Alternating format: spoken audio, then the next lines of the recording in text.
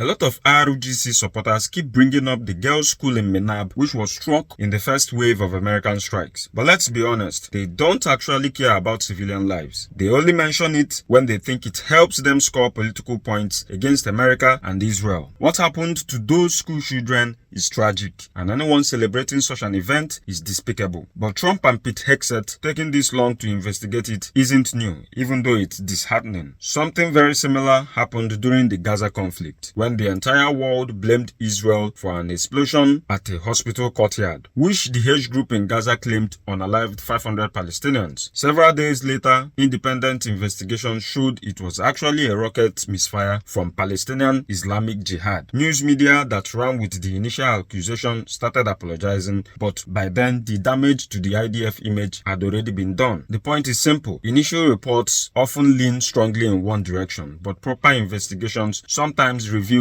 a very different truth. And in this case, satellite images show that the school was originally part of the IRGC base compound until it was fenced off around 2016. That means the school was very close to the military infrastructure, making it highly likely that the strike was an accidental impact from a tomahawk aimed at the IRGC base. No weapon system is perfect. Here's a basic reality check. If the Americans were intentionally targeting civilians, the casualty numbers would be in the tens of thousands by now. You don't hit over 5,000 targets and end up with around 1,000 civilian casualties and then claim the intent was to unalive civilians. For that to be true, you would have to argue that the US military is somehow terrible at pinpointing innocent people, which is obviously not the case. Now look at the opposite situation. Iran openly targets civilians, and many IRGC supporters actually celebrate when civilian buildings are hit. That's the difference between me and you. When an American missile misses and civilians are harmed, I am not celebrating. But whenever an Iranian drone slips through an air defense system and hits a civilian area, you people start acting like you just won a lottery. You start sharing the video and telling everyone how mighty the Iranian missile and drone is. The only reason civilian casualties in the Gulf states and Israel remain low is because Western air defense systems are intercepting Iranian weapons. Remove those defenses and you would witness the full consequences of the Iranian regime's recklessness. Over 1,300 drones and 200 plus missiles fired at UAE alone. And let's not forget, Iran has been using cluster munition ballistic missiles that scatter bomblets across massive areas in civilian zones. If anything proves my point, it's that.